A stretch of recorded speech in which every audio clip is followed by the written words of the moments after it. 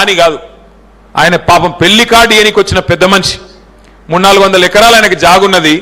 ఆయన వచ్చి చెప్పుకున్న బాధ. ఆయన ఏం చెప్పిండు ఎరికేనా? సార్, నేను 2 ఏళ్ళు ఏమన్నా చేసి కష్టపడి ఈ దొంగల నుంచి నా భూమిని కాపాడుకుంటా, కానీ 2 ఏళ్ళు అయినాక మీరు వచ్చినాక మాత్రం ఈ దొంగల భర్తం పట్టాలి సార్, ఇడిచిపెట్టొద్దు, దుర్మార్గులు వీళ్ళు. 1 కోటి ఎకరాలు, 1 కాదు 2 కాదు, 1 కోటి ఎకరాలు భూములు ఇవాళ తెలంగాణలో ప్రైవేటెడ్ లిస్టులో పెట్టి ఆ 1 కోటి ఎకరాలను అడ్డం పెట్టుకొని బ్లాక్ మెయిల్ దందా చేస్తా ఉన్నారు సార్ వీళ్ళని చెప్పి చెప్తా ఉన్నాడు. అంటే ఇవాళ పరిస్థితి ఎట్లా ఉందంటే రాష్ట్రంలో ప్రభుత్వం లేదు, రాష్ట్రంలో ఒక మాఫియా రాజ్యం నడుస్తూ ఉన్నది.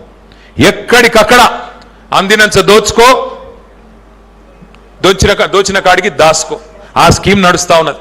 Land mafia, sand mafia, mining mafia, మంత్రులే మాఫియా అయిపోయారు.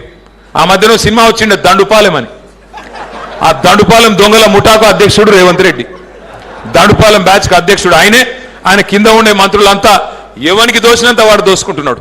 ఇది వాస్తవం, నేను చెప్పేది మీకు గనలబడుతున్నది. వట్టినాగులపల్లిలో మేమందరం కలిసిపోయినాం, అందరం ఎమ్మెల్యేలు ఎంపీలు కలిసి. ఒక సామాన్య కుటుంబానికి సంబంధించిన భూములు, వాళ్ళు ఎప్పుడో 50-60 ఏళ్ళకేళ్ళు పెట్టుకున్న భూములు ఇలా భూముల ధరలు పెరిగినాయని రెవెన్యూ మంత్రి కొడుకు పోయి గూండగాళ్ళని వేసుకొని 70 మందిని పోయి వాళ్ళందరినీ ఆడికెళ్ళి తరిమేసే ప్రయత్నం చేసినాడు. ఒక నిజాయితీ గల పోలీస్ अधिकारी हबीबुल्ला खान, एक ईमानदार पुलिस ऑफिसर, उनको नहीं मालूम था कि मंत्री का और चीफ मिनिस्टर का नजर पड़ गया उनके जमीन पे। उन्होंने जाके शिकायत करे तो उन्होंने FIR कर दिए। हबीबुल्ला खान साहब इंस्पेक्टर थे, उन्होंने अगले ही दिन उनको ट्रांसफर कर दिए। ఏంది పరిస్థితి అంటే నిజాయితీగా పనిచేసే అధికారులకు స్థానం లేదు. మొన్న మీ శంషాబాద్ MRO కార్యాలయం మీద ACB రైడ్ అయింది. ఏమైంది? ACB రైడ్ అయితే 180 ఎకరాలు శంషాబాద్ MRO కార్యాలయంలో 180 ఎకరాల సీలింగ్ భూమి ప్రభుత్వానికి చెప్పకుండా కాంగ్రెస్ ముఖ్యమంత్రి కనుసన్నల్లో డైరెక్ట్ గా 180 ఎకరాల సీలింగ్ భూమిని ప్రైవేట్ వాళ్ళకి రాసిచ్చినారు. ఏం జరిగింది దానివల్ల? हमारे बड़े भाई हंस रहे वहां बैठ के। मालूम है, आपको भी मालूम है, हमारे को भी मालूम है कौन था इसके पीछे, कौन कौन लीडर है, कैसे कैसे लीडर हैं, कैसे कैसे कब्जा कर रहे, कैसे दलाली कर रहे, कैसे आवाम की आज जायदाद को लूट रहे, मेरे से बेहतर आप जानते हैं।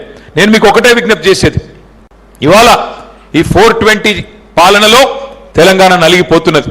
ఒకనాడు హైదరాబాద్ అంటే కేసీఆర్ గారి ప్రభుత్వంలో పెట్టుబడులకు స్వర్గధామం, హైదరాబాద్ అంటే ప్రపంచ దిగ్గజ కంపెనీలకు చిరునామా, హైదరాబాద్ అంటే లా అండ్ ఆర్డర్ కు కేర్ ఆఫ్ అడ్రస్, హైదరాబాద్ అంటే దేశంలో ఎక్కడికెళ్ళి వచ్చిన ఉపాధి అవకాశాలకు అక్షయ పాత్ర.